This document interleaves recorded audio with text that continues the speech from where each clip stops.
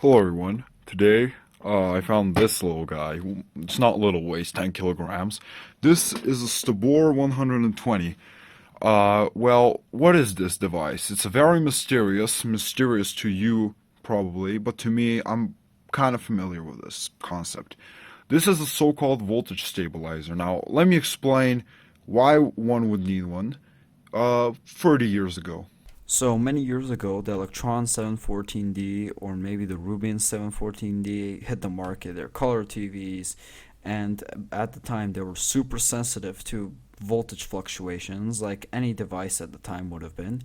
And even a small change in the line voltage could probably distort the picture, make it not work entirely because at the time the infrastructure was really bad, and there were power losses. For example, in villages, it was mandatory to own one of these if you had a TV there or any appliance that didn't consume more than I think a specific watt. I forgot what it was. Whatever.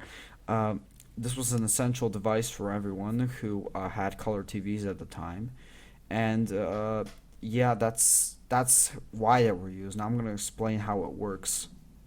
So this stabilizer is a ferroresonant one, which is really an interesting concept. What it is, it's a magnetic material that can saturate, and once it reaches a certain magnetic level, it doesn't just allow more magnetic energy to pass through, no matter how much the input voltage increases. And this limits the voltage that goes to the output, and a capacitor is connected with the transformer to create ferroresonance, a magnetic and an electric resonance that can help you, boost voltages, stabilize the output, and filter noise and spikes. But I'm pretty sure that there could have been a voltage spike, and it's not like a perfectly stabilized output, even though your multimeter might say it is. You have to check on an oscilloscope, and it can be constant, like pretty well. In the manual of the thing, it says that you know the only like drifts of the output voltage in a different like frequency in the mains, because that was also an issue, would have been 1 to 2%. Yeah, that's actually quite low, to be honest. Alright, alright. Hopefully my explanation was decent enough and you understood something. So anyways, I was walking home, and I was with some friends and we were like, looking around, and we saw this in a dumpster, like right next to a dumpster. I was like, huh, it's got two iron transformers, and I was like, maybe I can gut them and actually repurpose them. But then I flipped it over. Oh, God damn it, this weighs like 10 kilos lifting it like that. See that? 00122. I don't think this is a 1 because it's too far off, and judging from other pictures, this is an impossible thing to appear, so it could be an accidental print. But it's 00122. Yikes. A similar story would be this. This is the first Bulgarian cassette player model ever made, and it has a really low serial number as well, in the 3000s. Video is coming soon on it, eventually. Also, the oscilloscope is down on the bottom of my table right now. And, yeah, I will make a video about the oscilloscope soon. This is just a quick video. It's kind of falling apart because someone has definitely opened it, and the cable is cut, and I don't think there's a fuse here. Let's see. Do we have a fuse? Nope, no fuse. Okay. I do have a good one. That's a Stabitron 350, which weighs significantly less. I think that's 5 kilos at most. It has a transformer that maybe takes up this amount of space, and the circuit board inside with 4 relays that click when you like decrease the line voltage going into it. It increases the output voltage by 10 volts each relay click. So, we're gonna crack it open, because it's already been cracked open. We're gonna add a cable and see if it's gonna work or blow the smoke or anything. Holy shit. Holy shit. That's disgusting, but the transformer is massive. There are 2 of them, and you could, and maybe take one of them out and wind it as a, like a, what was the term for it called? A transformer that puts out 220 volts but can't hurt you, I think it was called. But what was the name of it? I'll remember put in what I think it was. Anyways, the mains cable has been really professionally, I think, cut.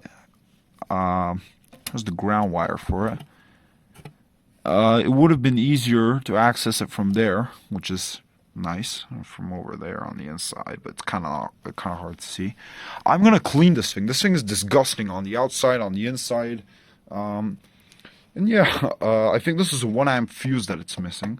So I'll find like a 1 amp fuse from something and just add it in. Probably from this, because this is broken as well, and this is going to get its own video. That's my lab power supply. So I'm going to probably take a fuse from it, just borrow one, and probably never return it. And put it in here, and hopefully we get a sign of life after we change the mains cable and add a fuse and clean those disgusting capacitors. Alright, pretty much what I did was I added a mains cable, and I'm kind of afraid, but I guess we'll experience this together.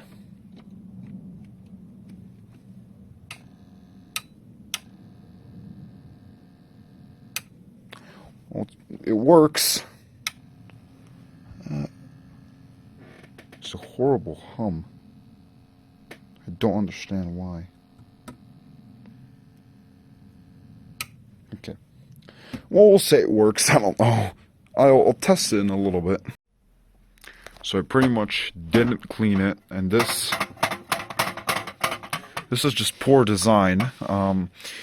I think you're supposed to clip it in, but I haven't figured out how to do that yet, so I'll do that really quickly. Alright, I ended up figuring out how to put it in. You just have to slide it up, and it's not doing that thing anymore. Great. I don't think this works. We can check that actually if I turn it on again. Hopefully it doesn't explode. Let's see if we... Oh, it's there. Makes a horrible hum. Okay. That's enough of that. Unplug that. So, there's only one true way to test this. Alright, this is the usefulness 406D. Lights up.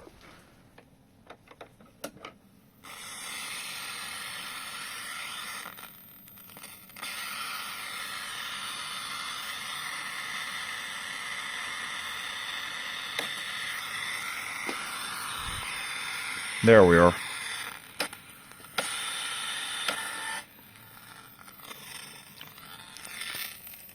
Well, it works. Alright, is it worth getting one of these? No. In 2025, the voltage network has stabilized more often. Back in the day, as I mentioned in the explanation part, if you had a color TV and you were like in a really bad part of your neighborhood where the voltage wasn't really good, you'd get fluctuations, and this was a must-have. Also, that would have been a must-have, but in these days, you don't really need one of these. I can think of one use for this, of this unit specifically. You got the transformer and use it as a transformer that's galvanically insulated from the mains. I think that was the term for it. You can use it for that. You can gut one of these to make it into like one of those transformers, but it's too much work in my opinion, unless you have like no life like me. And I can do that, but I'm not going to do it to this one because this one's kind of rare. If you do really need a voltage stabilizer, I'm going to recommend you this model. This is a Stabor 60PS. This one is better because it has electronic stabilization, but it's more expensive, I've noticed online. But you can probably get one like in a flea market for really cheap. They have inside, if I think, contacts that can go bad on the circuit board, so you have to check those when you get it, if it doesn't work. And this one's more of just a novelty, like, it weighs too much, it's the first one ever made. Like, in a genuine sense, it's the 20-second model. I mean, one that rolled out the factory, so it's kind of rare. And, I might find a use for it, I might not find a use for it. Worst case scenario, I'm going to probably give it away if I don't really want this in my house anymore. Just give it to someone who would actually like it. But for me, I pulled it out of a dumpster, to be honest. So it's not like it's well, it's a win-win, But it's not like it's gonna do much good. Like I use this power supply, for example. That needs to be fixed, as I said. We'll get to that. That's for something else. I use that, and it's a great power supply. I have a use for it. But this is old technology. As I explained, this was used many years ago, and we don't have voltage fluctuations like that as we did before. So this is kind of useless. I do use that one occasionally because that one's actually good. If I have something to repair here, occasionally just plug it into that because we can get clean 220 volts out of it. So yeah, we have a Stabitron 350. Stabor 120, excuse me. Stabor 120, as stated here. And I hope you guys enjoyed my, silly little find video on this coming soon. Thank you, and goodbye.